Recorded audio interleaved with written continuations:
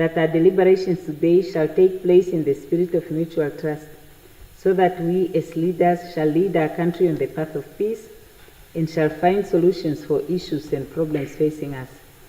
Grant us the mercy, O Lord, that we shall today also honor thy name in all we think, do, and say. Almighty God, we pray thee, bless our land and all its people. This all we pray in the name of Jesus Christ our Lord. Amen. Affirmation. I solemnly affirm that I will be faithful to the Republic of Namibia and its people, and I solemnly promise to uphold and defend the Constitution and the laws of the Republic of Namibia to the best of my ability.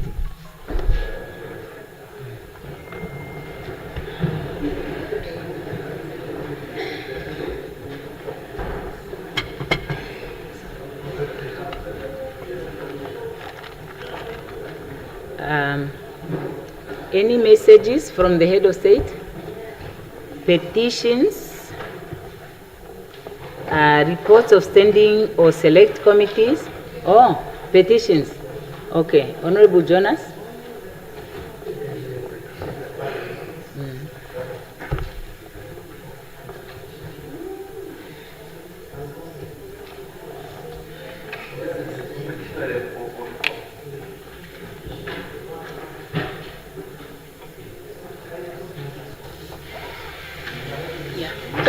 Thank you very much, Honorable Speaker.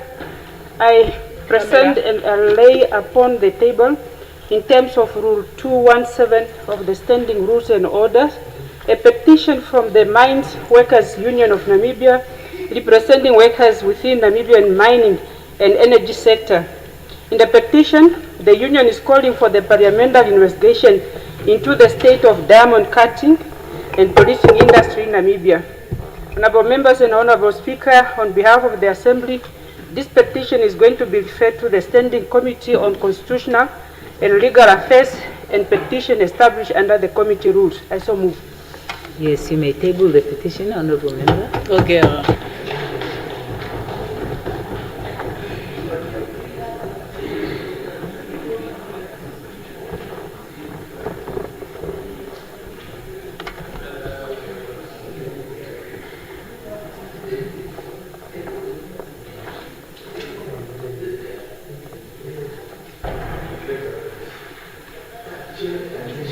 Reports of standing or select committees. Other reports and papers. Notices of questions. Honorable Thomas.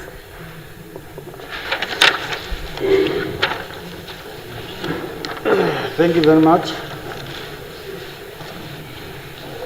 Honorable Speaker, Honorable Member, good afternoon. On Tuesday, April 30, 2026, I shall ask the Minister of Urban and Rural Development, Honorable Sangwasha James Sangwasha, the following. It was discovered in most Namibian towns that school children are being killed by being run over by speed drivers. However, some towns we see a small effort done to install the speed hamper, which the drivers completely ignore, but the drivers continue to murder pedestrians, particularly at the door of the school. My question, Honorable Minister, are you aware that children are the most frequently targeted on those roads, and that many lives are lost as a result of this carelessness driving? In order to save life, why aren't pedestrian crossing bridge installed where school children are crossing over the street to a school and from school home? I so submit. Yes, please table the question.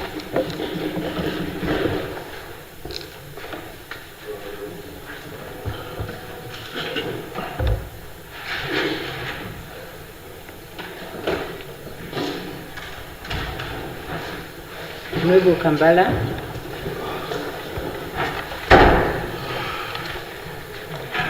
Honorable Speaker, I hereby discuss on the 30th of April, our Minister of Home Affairs, Immigration, Safety and Security the following.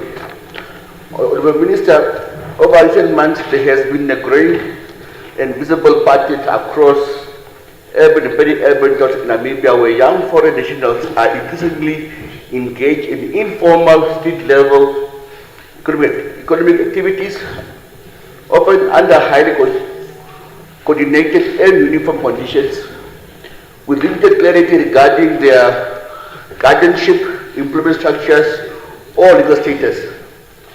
This trend raises serious national concerns related not only to immigration compliance and labor exploitation, but also to possible emergence of organized cross-border syndicates and human trafficking networks, particularly along the Namibian-Angolan border. And some of these kids are found in Kehambo or kettle posts, and as young as 6 and 12 years old are being kept at those patrol places, especially in the northern Namibia. So I would like to ask the Minister of Home Affairs Immigration the following. Has the ministry investigated whether these young individuals are victims of organized human trafficking or Angola-Namibia syndicates of operations? And if so, what findings, prosecutions or actions have resulted, and why has no formal intergovernmental probe been initiated? Number 2, who are these individuals or networks behind these operations? Have any of them been identified or prosecuted under the Prevention of Crime Act of 2004, and what concrete enforcement actions have been taken to date? 3, what urgent measures is government implementing to prevent Namibia from becoming a safe haven or transit hub for human trafficking syndicates, while protecting both Namibian and foreign youth from exploitation? 4, what specific actions are being taken to strengthen border control, intelligence sharing and cooperation with Angola to detect and dismantle cross-border human trafficking networks? I should submit. Please take with the question.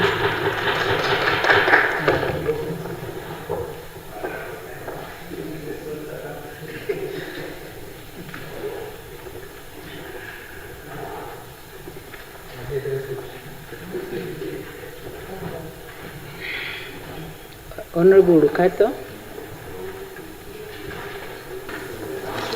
Honorable Speaker, leaders of various political parties, and members of Parliament, good day and thank you for the platform. Today, Wednesday, 23 April 26, I hereby give notice that on Wednesday, 29 April 2026, I shall ask the Minister of Education, Innovation, Youth, Sports, Arts, Culture, my relative sister, Honorable Dr. Sanit Stierkamp, the following questions. Honorable Minister, number 1, why are the learners' admissions in government schools not centrally administered by the Directorate of Education instead of being handled by the school principals and the heads of department? Number 2, what measures is the ministry putting in place to ensure that nepotism and favoritism in school admissions are completely eliminated? The last one, number 3, does the ministry have plans to introduce transparent, digital or standardized admission system to ensure fairness and accessibility for all parents and guardians? I so submit, Honorable Speaker. Please table the question.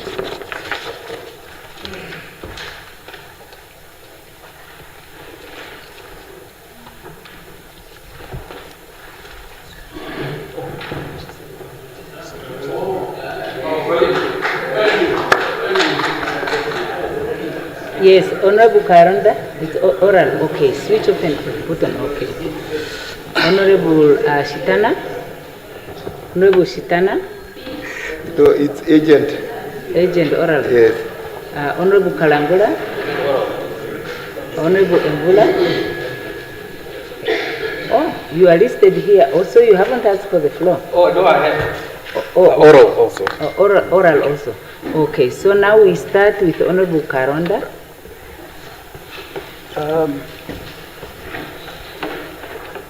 Thank you. Thank you, Honorable Speaker. Mine goes to the Minister of Defense and Veteran Affairs. And it's just about the newspaper, the news making, its rounds about the American nuclear-powered super aircraft carrier. If we can just be told,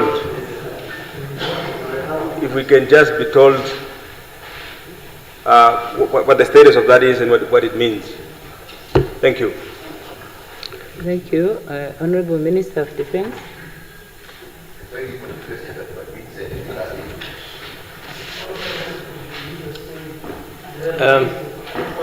Thank you, Honorable Speaker. I would like to thank the Honorable Member for asking me about the aircraft carrier. You might have read this through or learned through the social media, or some, I don't know where, but I have seen it circulating. And as far as we are concerned, if this carrier has passed through our southern hemisphere, it has not sailed in Namibian waters. So it must have passed through international water course where we have no jurisdiction. When we asked our people in this at sea to verify this story, they said they have not seen it. So we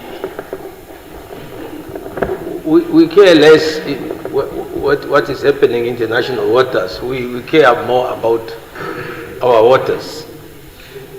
Other ships you can. There are other ships whose transponders can be on. There are those that cannot be. You may not detect them unless you have other means. So, but we have not activated our means to look for that ship. But it has, because to us we have not formally been informed, but we learned as you did. As far as Namibia is concerned, if it has passed in that southern direction, we have not seen it, and it has not called on our ports. So that's what I can say briefly, but it's really to us, it's not an issue. It's not an issue. It's not an issue. Yes, Honorable Kalangura. No, you can't follow up on another MP's question. And I know you know that, Honorable Kambala. Yes. Yeah. Thank you, Honorable Speaker. I would like to ask an urgent oral question to the Minister of Works and Transport. Yeah. No, you are clearly here. We can see you, Honorable Minister. Well, Honorable Speaker, it's rather a concern, and I appreciate the Honorable Minister at times when we speak in aspects of safety, and he comes to the call at times. And today I want to speak on e-hailing services. Last year, you have started very well, and you have called for permits to be given to these e-hailing services. Drawing all the way to this year where a meeting was held, you gave a deadline up to April 2026 for a cut-off date for all those that have not applied for these permits to have done so within that particular time. Now, the challenges came as such. Considering that there was a challenge of backlog and that number of people, of applicants that were applying for that permit, we came up with a temporary permit. That temporary permit, as we speak, costs these e-hailing operators 850 per month for 28 validity of that permit. Now, each month, while they are waiting for that permit, they have to pay 850 from what they are working for their bread and butter. Honorable Minister, I would like to ask, on what basis of the law did the Honorable Minister and the team come up with this 850 for this temporary permit? Because I've been trying, perhaps maybe you can guide me with that.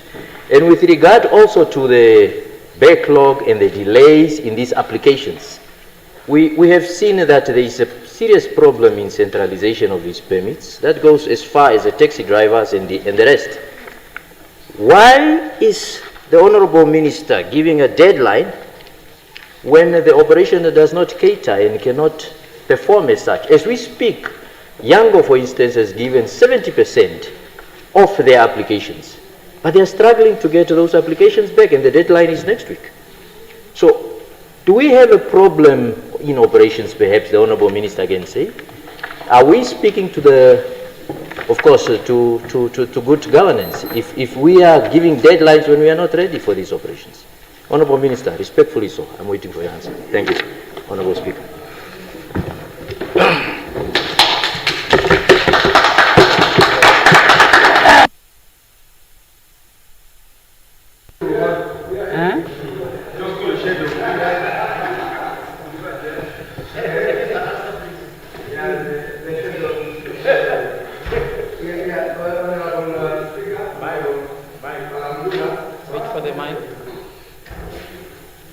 Yes, thank you very much, Honorable Speaker, Honorable Kalangula, for the questions said.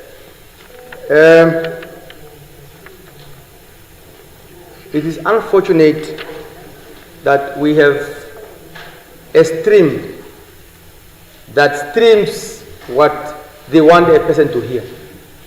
Then there's a stream of factual that are verifiable facts. So the stream we have. Now, we have engaged not only with Yango, with other players in the industries, be it the ordinary, the traditional public passenger transport operators, be it the Yangos and the Lefa and others. We have engaged them since last year around the same time we are today. Now, there was, at the beginning, there was the issue of the backlog. That was addressed. The backlog was substantively addressed. Now, the current law, it makes provision on from application, how long must it be with where it must be, is prescribed. All the terms are prescribed, even to advertise and objections, and that is prescribed. And when you compound all these time frames as prescribed in the law, it gives between 4 and 6 months to finalize that process as prescribed. Now, that we then have put up measures that we must provide this, we must approve or disapprove these applications at the low end of the prescribed time frames. That it is done. I can assure you, last year, November and December, I had another engagement with the persons you are referring to. And while we were in the meeting, they were exactly asserting what you are saying. I've called my personnel and I said, bring me your application you are saying you have applied. Where is it? Then we went to our systems with my officials. At that time, the only application that was then outstanding, it was the application that was submitted after September, October, November, and they were now for sitting at the end of November. Everything that we applied for before September, they were all finalized. They were all finalized. Some of them, they were finalized because after they have been processed and they're finalized, for you to pick them up, you then have to pay a fee. I think it's 250 or 450. You must pay that. They were refusing to pay, so they were still there. That's factual information. But as of that time, everything that was submitted within the period of 3 months, which I've given as the lower end of the application, they're all processed. So, and that is factual. Now, the issue of the Yango, we must appreciate that Yango does not operate. It's a platform. So if you are Kalangula, not now, for you I must say honorable, but not you now, so that I can just say Kalangula. If Kalangula have applied for the application, there are things that you must submit, including the certificate of good conduct, and all others you must submit them. And you must make the payment. They were unwilling, some of them were unwilling to provide, to go for the certificate of good conduct. Some of them were literally saying they do not want to apply because the cars they are using. Because once you have a permit, you must, it is prescribed that your car must have your letters on. Kalangula, John Andreas, Elf number what, it must be written. Because you have a BM or whatever, or a Prado, you do not want it to be written on it. So they are refusing to get permits because you must be then mandated to write these things on your cars. And what's happening is between 8 and the 1 you are in the office, you do not want to see your car parked with those letters as a taxi, as an operator. So therefore you want to be clean so that between lunchtime you are then transporting. Before work 8 o'clock you are transporting. After 5 you are transporting. That is one of the serious challenges we have. So the issue that we have. But as of now, there is no application that is with us that is older than at the lower end of 3 months. And ask them to bring you evidence. And I've challenged them. Even last week I've challenged them. Anybody whose application is with us longer than 3 months, they must bring them to us. They indicated somebody called over the radio, said, look, I have applied, the system of a fingerprint are not working. I immediately contact the systems. We, unfortunately, as we speak now, the police have now, we no longer have one system. We have now more than 10 systems in Namibia. And we call now, come back if you are saying you have applied, come back. Up to today is now over a week. That person is no longer coming to us. So we must be careful of what the colleagues are saying. Insofar as the 850, it is in the law. So you must go to the sections that speak about the temporary permits. It has sections. If you go to a temporary permit, it exactly tells you how much you must pay per day. So it is in the law, and exactly where we rely on. And it's a choice. We are saying, look, if you think the 3 months to wait is too long, you can then apply, you can then come in for a temporary permit, which will give you on the spot. It takes less than 24 hours to get you the temporary permit. So it's within a bit of the law, and we are doing everything. And you must appreciate, as we sit here, we are now about to finalize the bill that is dealing with this matter with CCL. My brother is not here. We are on that thing, so that we reduce from the 6 lower end of 3 months to bring it maximum 14 days, and also to decentralize, both for local authorities and for the regionals. If you are transporting from here to Katima, that it will be adjudicated by the national board, because you are now transiting on the national parameter. If you are only applying for Ongwediva or for Ndangwa or for Beseba, if it's there, then that is then addressed by a committee that is only consulting for that local authority. That is part of our responsibility, and we are geared for that. And I invite you for a cup of tea for any further discussions, but on your account. Thank you very much. Thank you. Honorable Kambara has already asked the question. In terms of the rules, you have one chance to ask a question. I ruled on that. Honorable member, first you can't speak from your seated position. I already told you yesterday. Secondly, I made a ruling on that yesterday. We cannot every day argue about the ruling of the presiding officer. The rules are saying when the presiding officer makes a ruling, there is no debate. If there is a discontent, the assembly can overturn the ruling on the recommendation of the Standing Rules Committee. Yes. Now we proceed, Honorable Hangura. If it is to argue this one, I will rule you out of order. It's not. We cannot argue any ruling of the presiding officer, Honorable Member. No, today is Thursday. We must go to answer the questions we have asked. They are here. On a point of privilege, Speaker, this is not to argue with you or it's not a dialogue. I just want to know, are we then saying that the rules of this House limits a member from asking a written question and an oral question? And then what if I have a written question, oral question, notice of motion? What do I do then in that case? Okay, let me answer. You take a seat. I already answered in regard to questions. The limit on Rule 85, and this is the last time I'm repeating this ruling, because I cannot be made to repeat the ruling every time under a guise of an attempt to debate a ruling of the presiding officer, because this is what is happening. 85 says, under questions, yeah, a member has 3 minutes to ask a question, and in terms of frequency, that is now how many times the person may ask questions. Once. No, that's an argument now with the presiding officer. You have 3 minutes to ask a question, and you have 1 chance to ask a question. Only 1.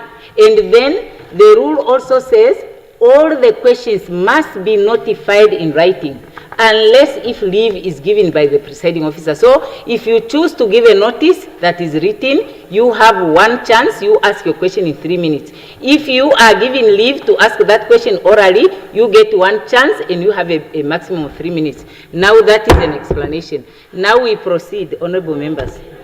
Yeah. So Honorable Tana, is it something else? On what point? I see you are listed here. We are still on Oral question. oral question. Yes, please. Yes. You may ask. Thank you, Honorable Speakers. I have an agenda. So, it's regards to the advertisement of the new cadet constable that is taking place. So the due date is on the 13th May, and in the advertisement at point 3, what is required for the candidate, they said it must submit a certified copy of the ID, document, and a valid passport.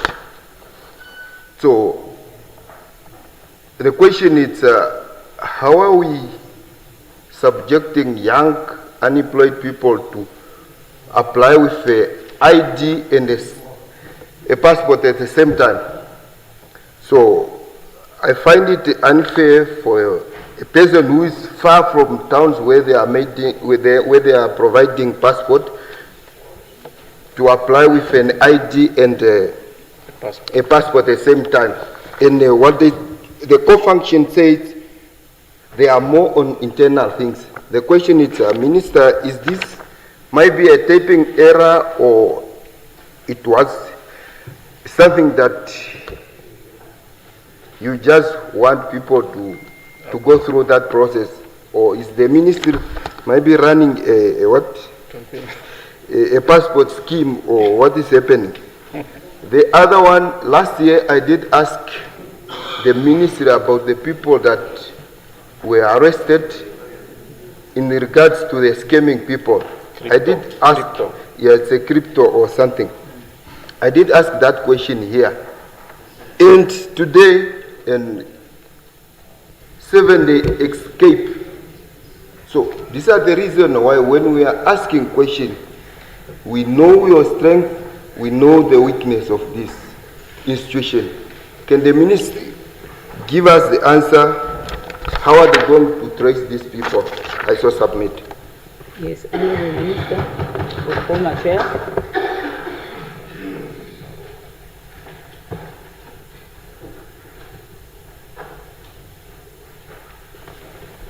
Thank you very much, Honorable Speaker.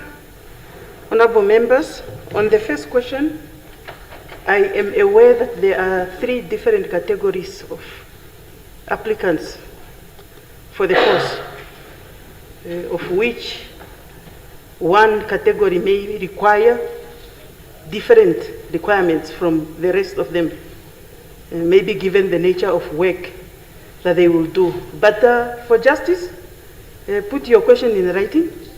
As you know that I don't handle administrative matters, Then I would follow up with those that are responsible for administration to clarify that. That is my response to that question. On the second question. Oh, he asked 2 questions? Yes. I thought he was elaborating the same question. He's allowed only 1 question, Honorable Minister. Yes, Honorable Member. No. Honorable Members, any notices of motions? Any notice?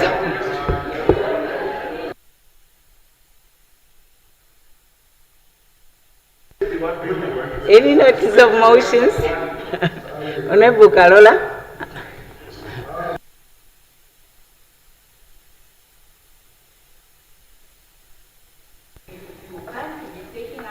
Yeah, notices of motions.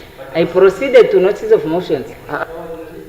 No, Honorable Member, we concluded. Now, is this a list now of urgent oral questions, or it's 20 minutes? The 20 minutes are past. No, the 20 minutes are past. That's beside the fact that I'm here, I have it here. No, it had stopped. They started later. Honorable Member, first take your seat. You need to understand this. Before you are given the floor, you take your seat until the presiding officer tells you. Secondly, Honorable Members, we finished questions. There was no one on the list. And I called out for notices of motions. And the Honorable Member got up to say that he wants to ask a question. In any case, there is 1 minute that is not enough for a question and answer. But the main issue is, I went to notices of motions. Honorable Members, we have to have some orders. Now, notice of motion. Notice of motions. Honorable Lizazi, is that a notice of motion? Okay. Thank you very much, Honorable Speaker. It's just that I wanted to ask for your indulgence on the procedures that you stopped the Honorable Minister to answer the questions that were posed on the basis that a member is allowed 1 question. And when he stood, he was speaking of the same thing. So the minister was ready to answer. Now, don't you see that this thing is affecting the process and the procedure in this house and the quality of work in this house? Because when we are asking, we are not just entertaining ourselves. It's not an entertainment Honorable show. Member, okay, can you take your seat, please? And the questions, that question is already on record. No, it's not on record. Who said it's on record? It's on Please record. take your seat, Honorable Member. You are out of order. Now we proceed. Yeah, now I see we don't have any more applicants for the notices of motions, is it? Or is it notice of motions? Do we have no more point of order? Notice of motions. Is there a notice of a motion? No? Notices of motions. The presiding officer may decline requests for points of order or points of privileges if they become too time consuming. Notices of motion. Okay, none. Okay, ministerial statements. Okay, reports from the Committee of the Whole Assembly. Okay, orders of the day. Today being a Thursday, we start with the questions as they take precedence. Now the first question is question 115 by Honorable Kanguru to the Minister of Defense. Does Honorable Kanguru put the question? Madam Speaker, I put the question. Yes, Honorable Minister of Defense and Veterans Affairs.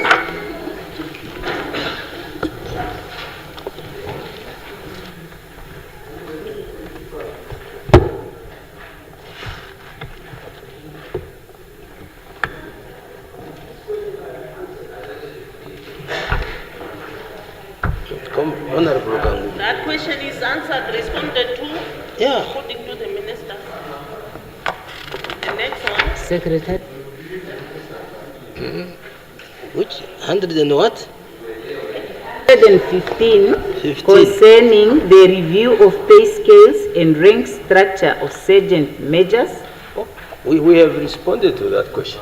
Yeah, I think the minister said that previously, but the front desk here insists that we don't have a record of that. Maybe what the ministry can do to assist us, I will defer a ruling on this, and the ministry must give us a copy of the answer that was provided, so that and then we check with the answer also. Okay. 115, eh? 115, 115. Okay, I'll do that. Okay. The second one is 125 by Honorable Kalangula to the Minister of Works and Transport. The Minister of Works and Transport is not here. Yeah. The next one is question 130 by Honorable Swartboy to Minister of Industries. Honorable Swartboy, does anyone put the question? No, the Minister of Industries is also not here. They are both not here. Then the next is question 131, Honorable Swartboy to the Minister of Education. Does anyone put the question on behalf of Honorable Swartboy? Okay, none. So the question is not put. The next question is 132 to Honorable Thomas, by Honorable Thomas to the Minister of Information. And the Minister of Information is not here. Yeah, there is no one to answer your questions, Honorable Thomas. The next question is 133 by Honorable Thomas to the Minister of Works and Transport. The Minister of Works is also not here. Yeah. The next question is 134. 134 by Honorable Ipumbu to the Minister of Home Affairs. Honorable Ipumbu is not here. Oh, does Honorable Karonda put the question on behalf of Honorable? Yes, thank you. Okay. Honorable Speaker, on behalf of Yes, on behalf of Honorable Ipumbu, I so put the question. Yes, Minister of Home Affairs.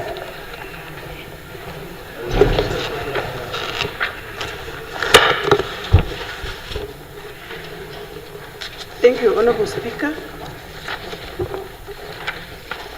The question as put by Honorable Kalimbo Ipumbu in September 2025. The response is as follows. I am not going to repeat the questions, but rather just go straight to the responses.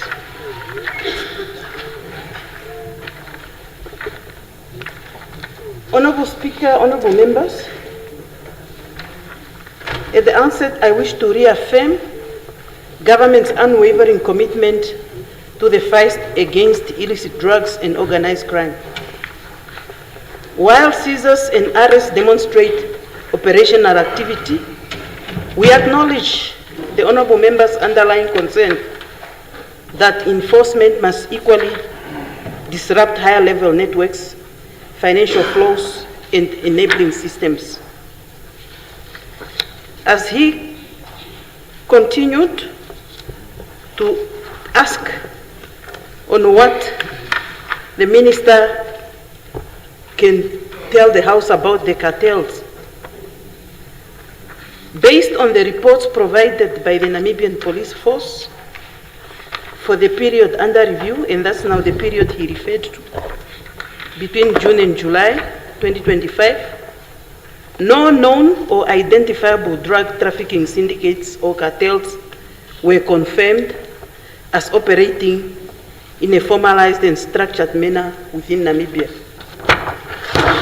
In the same instances recorded, the seized drugs were largely linked to individual suspects or small independent distributors, some of whom have connections to other individuals involved in the distribution chains. He also went on to ask about the countries where they originate. In the same reporting period, the majority of suspects arrested were Namibian nationals, alongside a smaller number of foreign nationals. And these that were recorded at that point in time were 339 Namibians, 9 Angolans, 1 from Eswatini, 1 from Tanzania, 3 from Uganda, 5 from Zambia, 1 from Zimbabwe, and that brings the total number of those that were arrested during that period to 359 suspects. Going to number 3, where he is referring to intelligence information gathered by the Namibian police. The honorable member's question touches directly on operational intelligence. And at this point in time, the Namibia Central Intelligence Service and the Namibian police are not at liberty to disclose identities, profiles, or intelligent assessments in an open parliamentary setting, where doing so may compromise ongoing investigations and may also tamper with the methods and sources, witness safety, and the prosecutorial outcomes.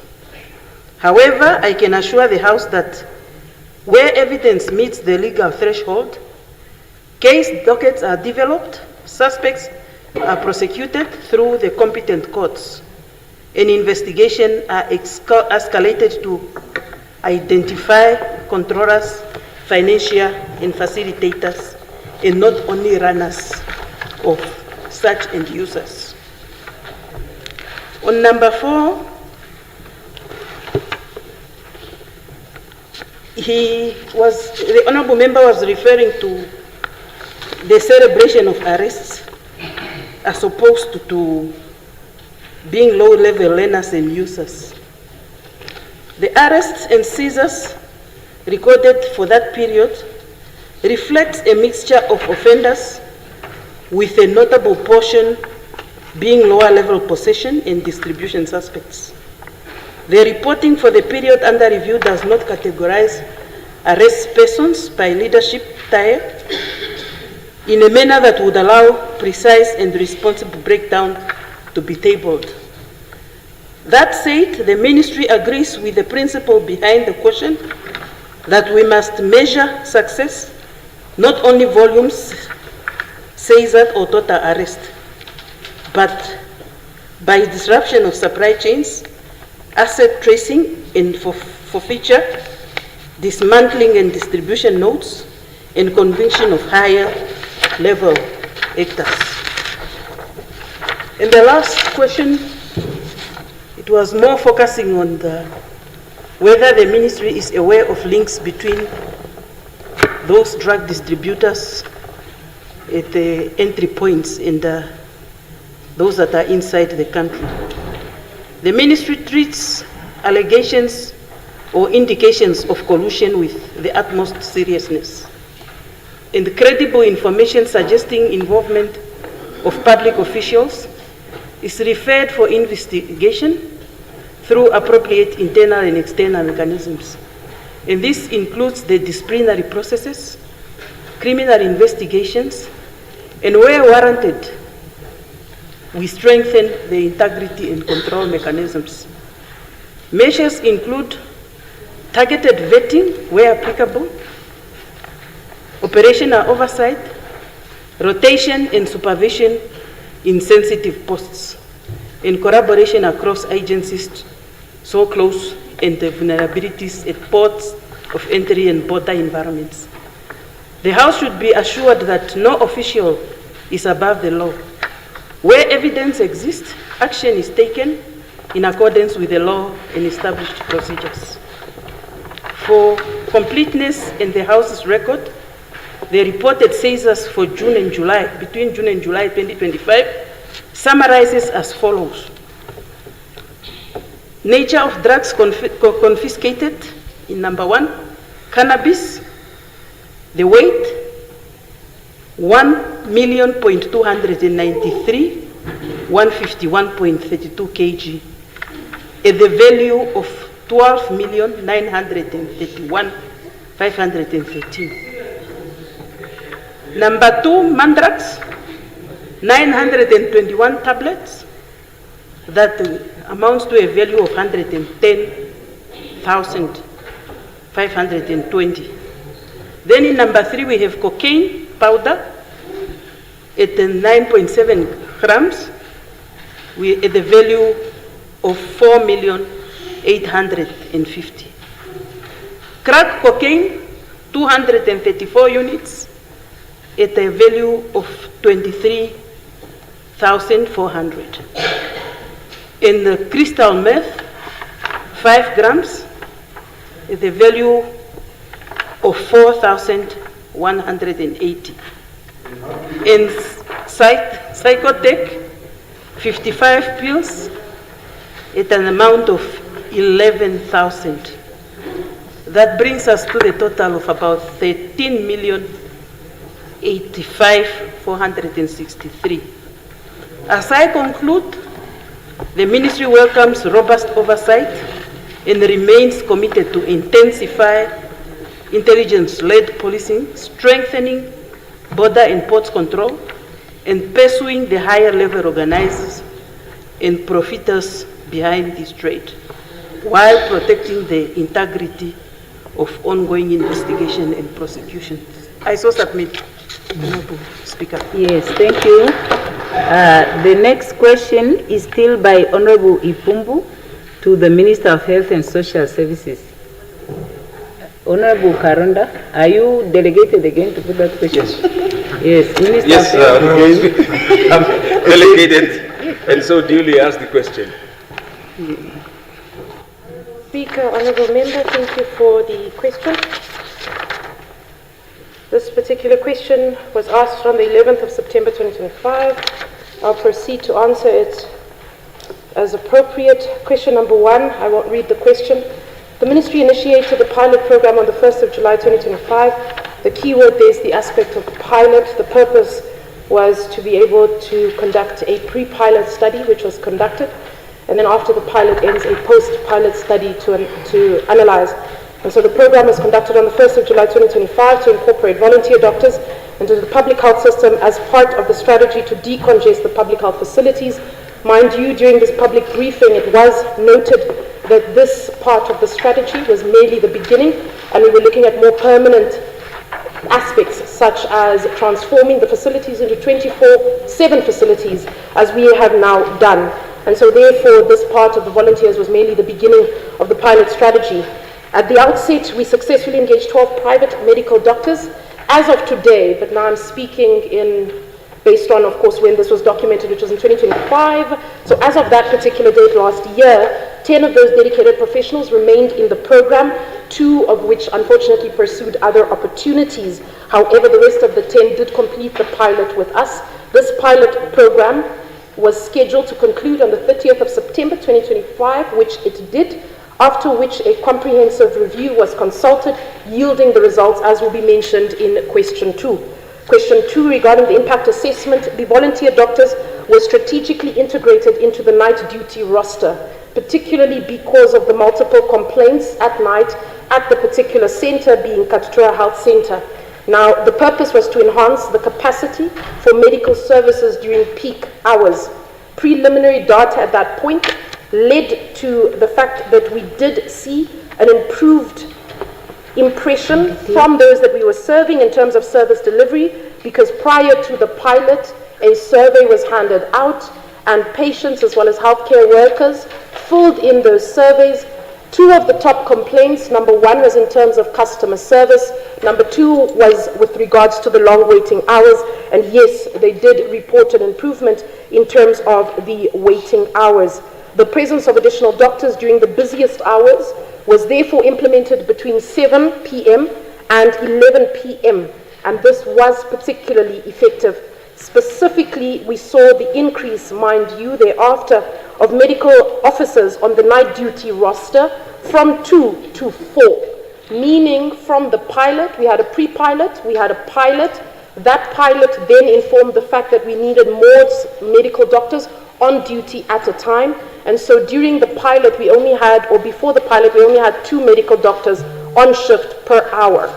After the pilot, this informed the new strategy being 4 medical doctors per hour, typically at the hours of 7 to 11 p.m. Question number 3, regarding unemployed medical graduates, The ministry at this point is not particularly aware of UNAM-trained medical graduates who have been excluded from employment within the ministry due to academic incompetencies. However, the honourable member, if the honourable member can provide specific information regarding this alleged exclusion, particularly for that aspect, we will be glad to investigate further on that matter. Question number 4. I will read this question. Health system improvements. Since assuming office, can the Honourable Minister outline what concrete improvements have been achieved in public health facilities with respect to infrastructure, equipment, staffing, and the overall quality of health services? This is quite a long answer.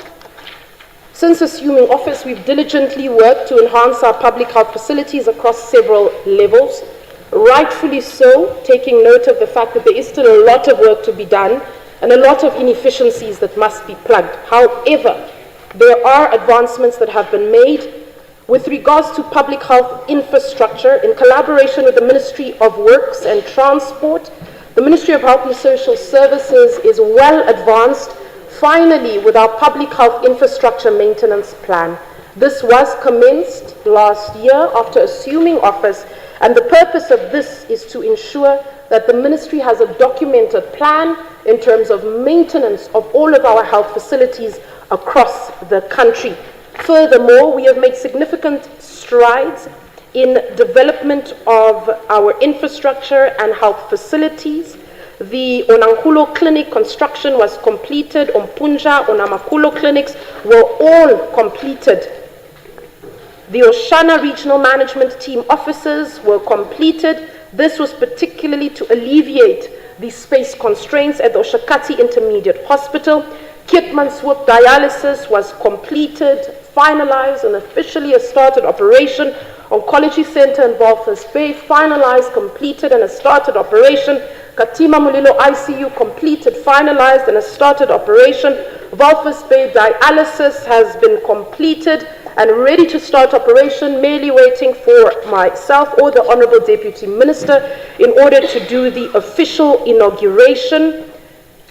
Regarding equipment, the Ministry has prioritized the procurement of a magnetic resonance imaging machine, and this is to the amount of about 39.3, recognizing the significant potential cost savings, because currently the Ministry of Health and Social Services spends about 40 million annually referring patients for MRI scans to the private sector. And so this was very strategic. A restricted bidding process for the MRI was underway, was concluded. The machine set to be delivered next month. Regarding human resources, from the 1st of April to the 1st of September 2025, the Ministry of Health and Social Services successfully, at that point in time, had recruited 816 staff members at a cost of 188.5 million. It is important to note that these positions were recruited with due process.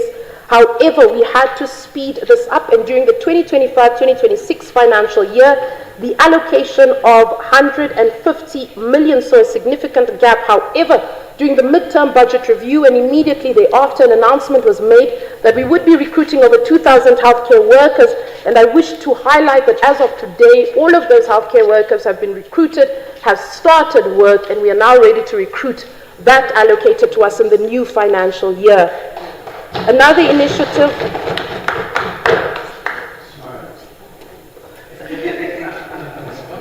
These improvements are indicative of our ongoing commitment to strengthening the public health system, and I wish to, because of time, highlight a few other aspects, because the question was very broad, asking for overall improvements. There, I wish to highlight importantly that during the same period, the ministry was able to decentralize functions to the regions, which is a milestone, because for so long we've received complaints about light bulbs not functioning within the regions, and because now in this particular period we were able to decentralize services to the regions, this now means basic maintenance, including light bulbs and the lights, are handled within the regions. So the decentralization was a key achievement in this period. The inauguration of multiple clinics and health centers, as well as the completion of the Ausinker Health Facility, finally awaiting inauguration. Importantly, I wish to highlight the tabling of the mental health bill to repeal the 1973 bill. In 2025, September, we had a SONA clearing backlog account, and there we were able to clear thousands of backlog. And not just that, during this particular process, we have now put in place a strategy working together with various stakeholders, because we have realized that oftentimes patients wait very long for sonars and CT scans, and because of that, we have now started to implement this particular strategy to ensure that going forward, we have a particular accepted time for waiting for sonars and CT scans. Now, this is not yet complete, nowhere near perfect, but the first phase, which was the clearing of the sonars last year in September, was the first phase, and we were successfully able to clear thousands of sonars that had been on the waiting list for quite some time. Then the registration of lenacapavir, the digital health policy, the commencement of Mahwilili as well as Okuriangava to be 24/7, exactly related to the question that the Honourable Member posed regarding how effective that pilot was to use volunteer doctors. Once again, because that was not a permanent strategy, the permanent strategy was to say overall we must equip these health facilities with the human resources they need to be 24/7 functioning. Within this new financial year, because this 24/7 strategy works, we are now looking to expand it to other regions as well, so that we can have other facilities also functioning 24/7. As I conclude, allow me to reassure the August House that addressing the challenges within the healthcare system remains a top priority. We are the first to admit the fact that there are a lot of gaps that must be filled, but this report, which I have not managed to read in its entirety because of time, reflects the fact that work has been done and work is ongoing. This does not even take into account the procurement of over 36 ambulances in the financial year, as well as then the Lodox machine, which has been stationed at the emergency unit. I so submit, Honourable Speaker. Now, honourable members, the honourable member, you cannot put honourable member. Okay, that goes without saying. All the documents that are read. Okay, can I make an announcement? If the new members don't know that when you read a statement, it needs to be circulated, I want to announce to all the MPs that when a question is asked and you read an answer, a copy of that answer needs to be submitted to the front desk so that it can become available, so that we don't have to discuss that every time there is an issue. It's the same with ministerial statements, motivating of bills, and so forth. Okay, now having said that, it's break time now. We will break for, I don't know, why are the members so, So that is what we have agreed to do. But what I wanted to say before we break for 20 minutes, honorable members, Rule 85 says, there is a time limit for debates and speeches. Then I'll go specifically to the motion. A mover has 15 minutes to motivate, because a limit was set for notice of motion. And the leader of government business, 10 minutes. Leader of official opposition, 10 minutes. Other members, 5 minutes. Now I come to questions. A mover has 3 minutes to move a question, and a member in answer has 5 minutes. And a mover in reply, meaning only the original MP who posed the question may pose a follow-up question, and that member has 2 minutes. So I just want to say that, so that when we prepare our questions, they must be capable of being read in 3 minutes. When we prepare our answers, they must be capable of being responded to in 5 minutes, but we can have an elaborate version of a write-up that we can distribute for reference. Because I can see that sometimes ministers are frustrated, the questions triggers too much information, and you can't fit it into 5 minutes. So you can arrange. I'm not talking to the one minister, it's just a general notification. Now, having said that, we rise until 16 hours. Today.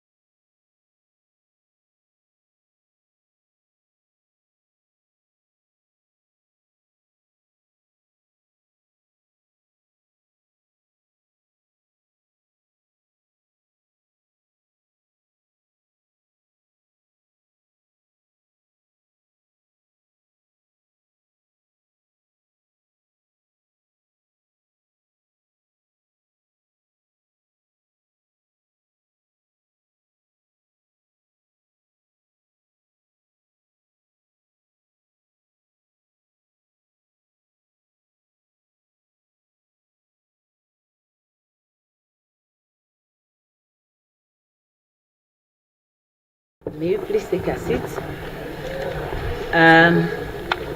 Then we proceed. The next question is 136 by Honorable Mwashindange to Right Honorable Prime Minister.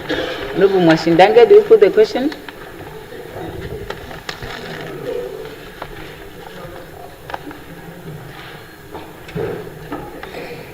Honorable Speaker, I put the question. Yes, Right Honorable Prime Minister, can you please answer? Yes, thank you very much, Honorable Speaker. Yes, and the Honorable Right Honorable, before you start, I just would like to say, Honorable Mwashindange, this question is of excessive length. I can't even recall whether the Right Honorable PM may take his seat for a moment. Yeah. Yes, you may just take your seat a little bit. Well. Yeah, this question has 8 sub-questions. And I don't know whether it was one of those days when the clock was not working, but I also have to remind the secretariat, the front desk there, to say the time for asking question is 3 minutes, yeah, so that the question is manageable, so that the answer will also be manageable. But I also want to bring it to the attention of the members that the rules say where the rules don't specify, the presiding officer can make a ruling. And I don't want to reach a point where I have to say the question should not exceed this number, because 8 questions cannot really be considered to be reasonable questions. Now, having said that, I give the floor to the Right Honorable Prime Minister to try and answer within the time.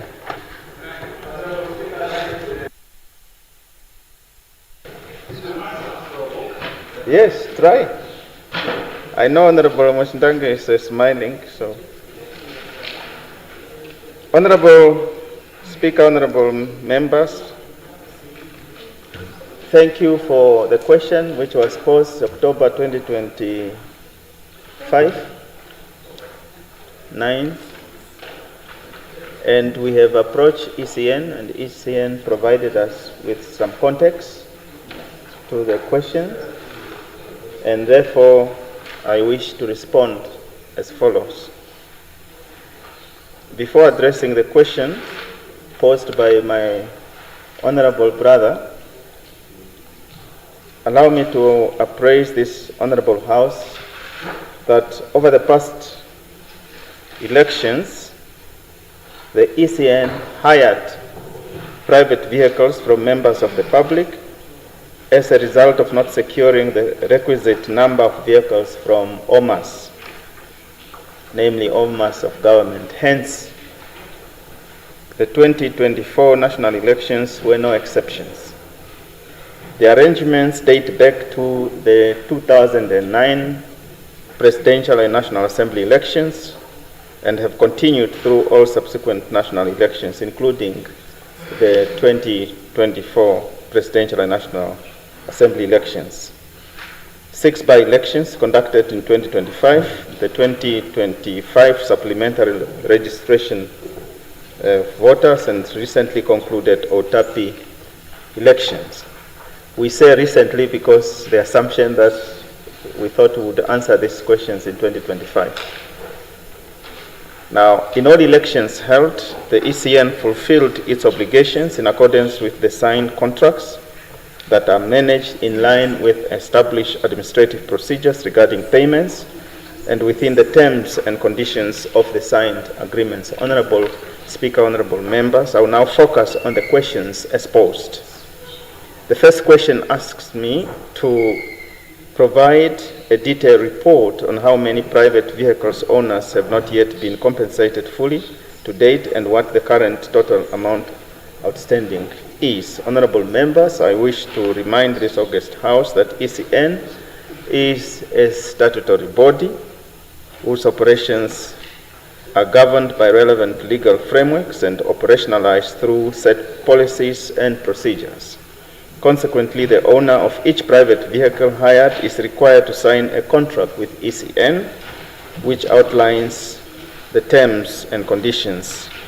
As regards the 2024 Presidential and National Assembly elections, the ECN hired a total of 5,330 vehicles, while 1,320 vehicles were hired for the general registration of voters. The total expenditure amounts to 144,280,084 Namibian dollars. This implies that 99,070,550 was paid to private vehicle owners who rendered services during the general registration of voters. Now, Honorable Speaker, does it mean the time is done and I can now sit, as you were saying, I must try? The time, I can continue? Thank you, Honorable Speaker. And 45,299,534 for the presidential and National Assembly election. That was just a breakdown of how the 144 million was spent. While appreciating members of the public for hiring their vehicles for electoral process, this also demonstrates the Commission's commitment to economic empowerment in society, not only through hiring of private vehicles, but also by employing unemployed Namibians, the majority of whom are youth. This is a positive move. It's a positive move that all of us need to embrace and commend the ECN. The Commission has, however, received isolated queries from 31 individuals, private vehicle owners, regarding payment amounts specifically related to the areas where the vehicles were deployed, claiming that they were under payments. It is important to note that these queries do not allege non-payment, but rather seek clarification on the rate application and alleged underpayment. These isolated queries have been thoroughly investigated in accordance with the established procedures, and all affected private vehicle owners have been duly compensated. The Honourable Member also asked what specific administrative or procedural shortcomings led to delayed payments, particularly regarding vendor registration and finance system integration, and what measures has ECN taken to expedite future payments and avoid recurrence of these delays. While acknowledging that there could have been delays in effecting payments of some of the employed service providers or election officials of various categories during the period under review and the elections hitherto mentioned, there has, because this has been honored and contractual obligations also have been settled. Now, Honorable Speaker, considering that this is long overdue and the matter has been resolved, I seek your guidance, so too of the Honorable Member, whether I should go to read all of it. If it is the case, I can continue. But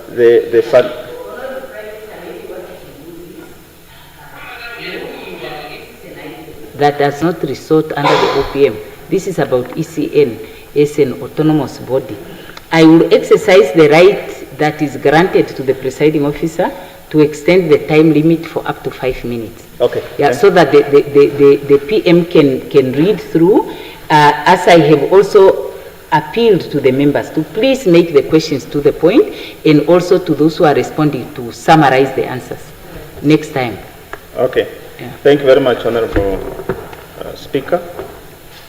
I will skim through and make sure that the salient points are not missed, because the key message from the Honorable Youthful Member was just to know whether or not those who have rendered service to ECN had been paid. And so far we have confirmed that they have been paid. And therefore, to just make the 5 minutes shorter for the sake of those that were carrying out the function, and well as the Honorable Member, is just to conclude as follows. In other words, ECN has taken note of that and has repaired the damage that might have been there, the inconvenience that was caused, and has also committed that going forward things will be done in a manner that is satisfactory to both the service provider as well as to the integrity of the service that is being rendered. Now, it was also a question as regards to oversight, and therefore on oversight mechanisms, the ECNs introduced to guarantee accountability and prevent delays in the service of election-related procurement and compensation. It is important to emphasize that the following administrative procedures have already been implemented towards ensuring accountability and efficiency.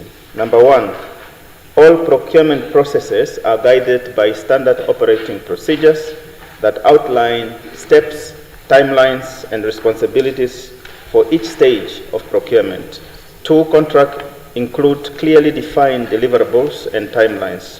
Three, multiple levels of consideration, adjudication, and approval are in place before procurement contracts are signed and before payments are released, therefore ensuring accountability at every step. Four, staff involved in procurement and compensation are trained on financial management, contract administration, and treasury instructions to minimize errors and delays. Five, regular progress reports on procurement and payments are submitted to management and relevant oversight committees, ensuring transparency and timely corrective actions where necessary. Honorable Speaker, honorable members, especially honorable youthful MP who has asked the question, I trust that this response, sufficiently, albeit late, for reasons beyond our control, sufficiently addresses all the concerns raised by the honorable member, and I thank you. Very good, thank you very much. Now, Honorable Mwashindange, there is the answer. Yeah, do you have a follow-up question? Okay, a small one, because your questions were many. Thank you very much, Honorable Speaker. I'll be very brief. Thank you very much, Right Honorable Prime Minister, for that response.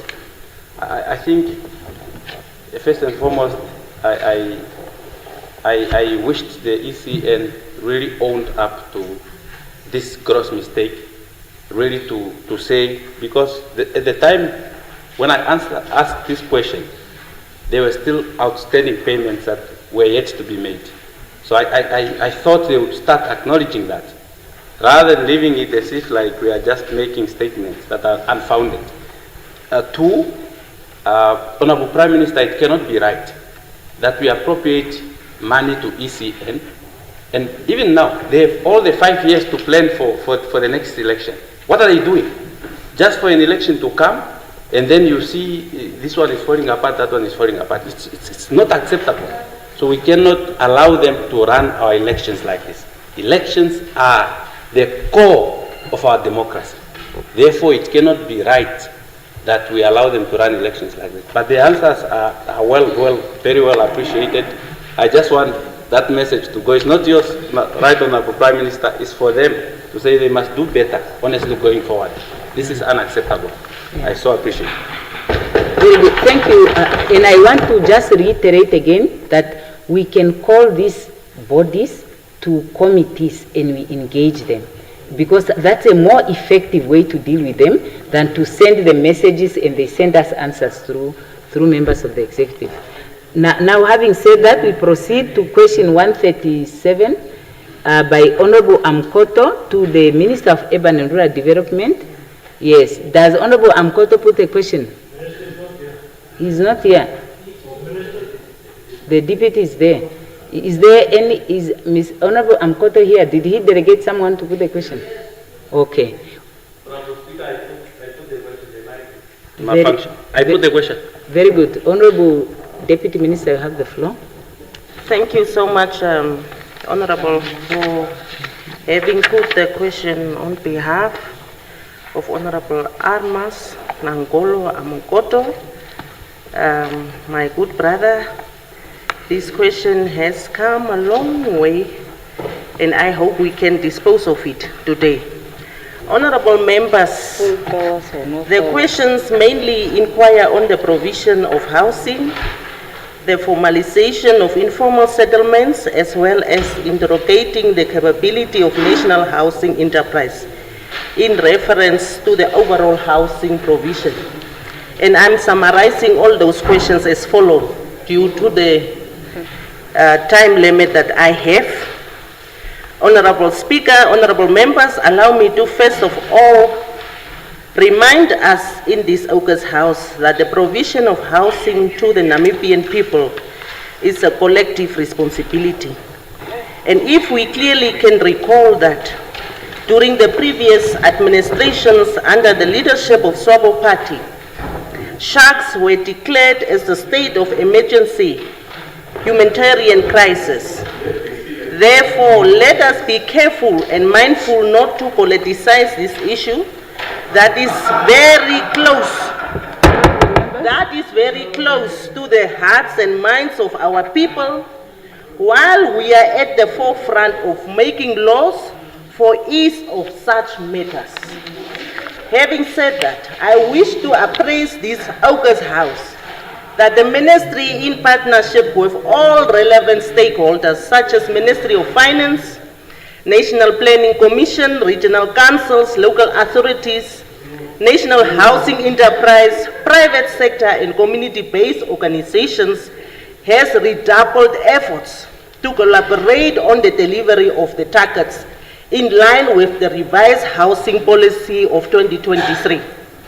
Concerted efforts have so far been made, and as you can recall in the meeting, the 10,000 housing target, the government through the ministry has identified and allocated specific housing development targets to some towns and community-based organizations such as Keetmanshoop, Oshakati, Walvis Bay, and Shark Dwellers Federation. Again, if our memory serves us well, in December 2025, Her Excellency the President Dr. Netumbo Nandi-Ndaitwah appointed a housing and land task force, a presidential task force aimed at accelerating the delivery of service land and housing. This is part of a broader business unusual approach to tackle urgent social obligation regarding housing. As far as the formalization of informal settlements are concerned, I wish to indicate that about 9 new townships in Keetmanshoop, Marintal, Koes, and Onipa has been approved. The proclamation of these townships is a critical milestone as it provides the legal framework necessary for alternate development, land servicing, and eventual housing delivery. And this is the approach the ministry plans to follow going forward. It also enables local authority to plan and manage urban growth more effectively while ensuring that residents have access to essential services and infrastructure within formalized and regulated environment. For your information, the ministry has launched the report on National Namibian Informal Settlement Baseline in line with the Cabinet Directive number 111.02/002. This report constitutes very critical evidence-based instrument to inform national policy directive, strategic planning, and coordinate interventions aimed at addressing informal settlements across all regions of the Republic. Allow me in conclusion, and on the national housing enterprise, that the capability as the housing provider. Yes, I'm summarizing. I wish to inform this August House that NHE was established under the National Housing Enterprise Act number 5, 1993, with the mandate to provide affordable quality houses and mortgage financing and facilitate access to housing for low and middle income earners. Housing delivery cannot be discussed without addressing the critical role of land. Local authorities, as custodian of the urban land, are responsible for servicing land, water, sewer, roads, electricity, and making such land available for housing development. Without service land at affordable prices, neither NHE nor community-led groups can construct affordable houses. The housing value chain begins with the land servicing and allocation thereof. As a result, the scale of NHE historical output stands at 22,705 and not 18,000, as the Honorable Member indicated, has been directly influenced by the supply of service land and made available to the market for housing development. Unfortunately, Honorable Speaker, this is now the end of my summary, but I have prepared the responses as per the answers, the way the Honorable Member has posed them. So I was just trying to summarize what he has posted before. Thank you so much for your indulgence on that one. Thank you very much. The next question is one by Honorable Swartboy to Honorable Minister of Labour. Both the MPs are not here. So we proceed to the next one, 139 by Honorable Swartboy still, to the Minister of Labour still, and they are both not here. So we proceed to 140 by Honorable Ehub to the Minister of Urban and Rural Development. Now, does someone put a question on behalf of Honorable Ehub? No? So that is, yes, okay. So the next one is 141. As I have indicated, Honorable Ministers and Honorable Deputy Ministers, the members of executive are free to provide information on the issues that are queried in this house, outside of this house. Yeah, because truly as members of Parliament, when we ask questions here on behalf of our electorate, we create expectation on their part for them to get answers. So it doesn't mean that if the question is not put here, you are not allowed to talk about it outside. You may only not answer until the question is put.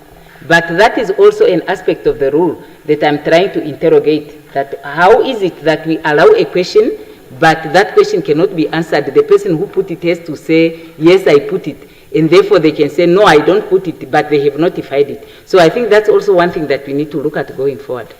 Yeah, the next question is by Honorable Ampanda. It's question 141 to the Minister of Justice. The Minister of Justice is here, not here. Neither is a doctor, but maybe he had delegated, but the Minister is not here.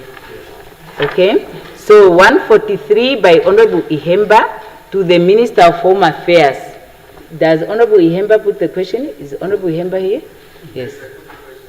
Okay, I give the floor to the Minister of Home Affairs. I want to indulge the member because the question, as I read the response, is outdated. There has been development on the question that are not reflected on the paper I have. And I would therefore ask to defer that I go and review the response.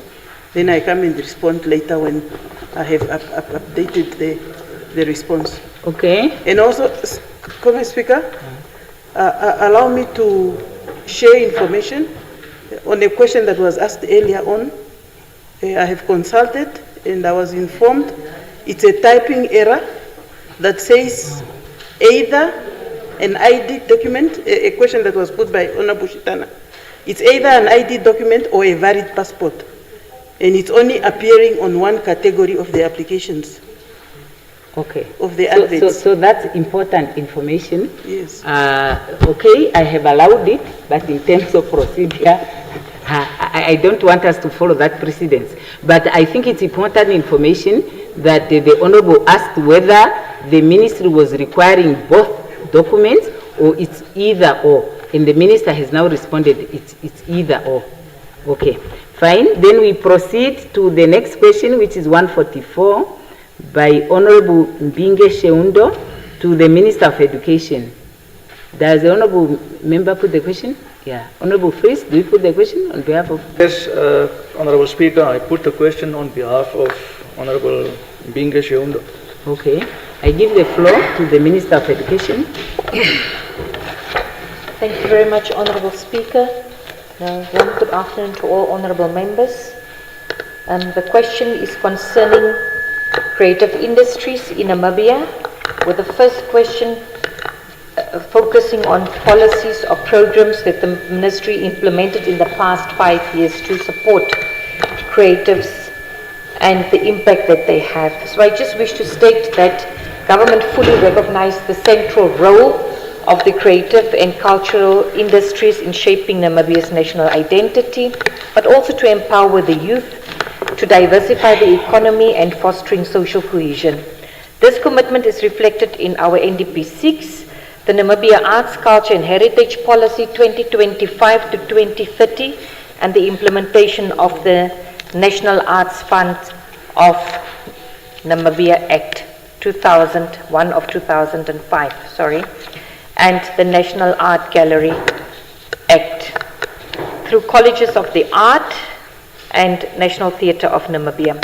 Over the past 5 years, government has deliberately shifted from fragmented or event-based support toward building a structured creative economy ecosystem. Firstly, the ministry is responsible for arts and culture and has launched the policy on Namibia Arts, Culture and Heritage Policy 2025 to 2030, which provide a national policy direction for sector governance, but also participation, education, heritage preservation, and creative industry development. Secondly, I wish to state that the ministry is in the final process of revising the National Arts Fund Act of 2005, which provides direct financial support to the artists, to festivals, to cultural organizations, and community-based initiative across the country, as well as building capacity through its bursary program. And this will be to improve the functioning of the Act to better serve the artists, the arts organizations, and culture and creative industries. Thirdly, for the first time, the ministry led the inclusion of the thematic area Cultural and Creative Industries in National Development Plan 6. It includes the establishment of 2 key focus areas, heritage and culture is one, and arts and creative industries as a second. Fourthly, the ministry is finalizing the National Cultural and Creative Industry Strategy.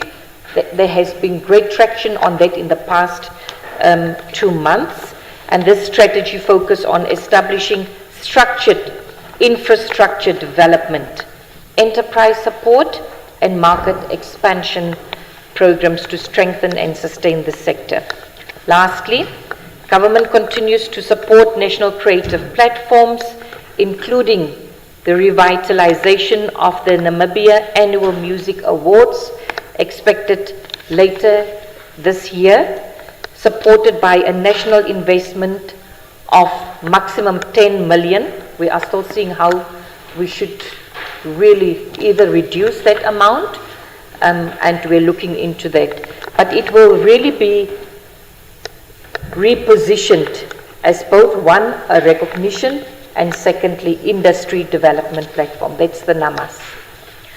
Honorable Speaker, I also wish to state that government is strengthening monitoring through the implementation of the UNESCO Culture 2030 indicators, which provides for international recognized frameworks to measure participation and as well as economic contribution, education, access, governance, and decent work within the cultural sector.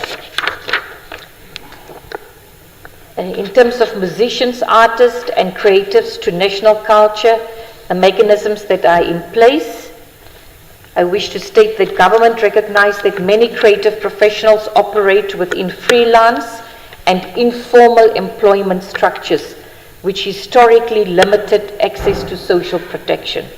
To address this, we are implementing several structural reforms. The ministry is approached and will work with relevant institutions such as the Ministry of Justice and Labour Relations and the Social Security Commission to explore social protection models appropriate for freelance creative professionals, including portable benefits approaches. The forthcoming creative industry strategy also strengthens formalization pathways through business registration, cooperative development and enterprise support, which improves access to financial services, insurance and retirement planning.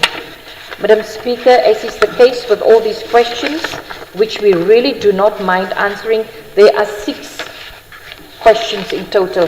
In the time frame, I managed to answer 2 within the main question. I thank you very much, and I so submit to the House. Thank you very much. Now, honorable members, we are faced with that dilemma, so the minister was not able to go through.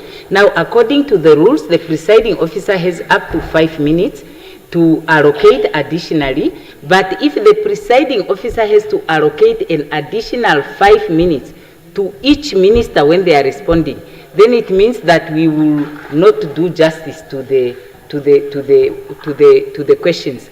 But maybe what we can agree to do as a compromise for today, because the members were not prepared, will be to say, based on the reading of the rules, the presiding officer may allocate an additional 5 minutes to a minister so that those questions are answered. But I would like to highlight again that for those honorable ministers that would answer from next time, because I think next Thursday we would be on recess, or would next Thursday be our last one. From next time, we try to summarize, please. Never mind the number of questions, we try to summarize. And to the honorable members, I don't want to dismiss questions that were put. I don't want to rule them out of order. I'm trying to be flexible, but please help me by also trying to be to the point. Yeah, so let us agree to do that, that when we come back, Honorable Lizazi, it gives 3 minutes to ask a question, but if you ask a question that would take 15 minutes to answer, I can also decide that I allow only 5 minutes. Let's agree to get along, yeah, so that we can do the best for our electorate. Let's try to summarize our questions. Let the ministers try to summarize, so I can give the minister, or you are okay, minister, to just distribute? Okay, very good. So the minister has decided to end there. Then we proceed with the next question, which is the one by Honorable Lucato to the Minister of Urban and Rural Development. Honorable Lucato, do you put the question?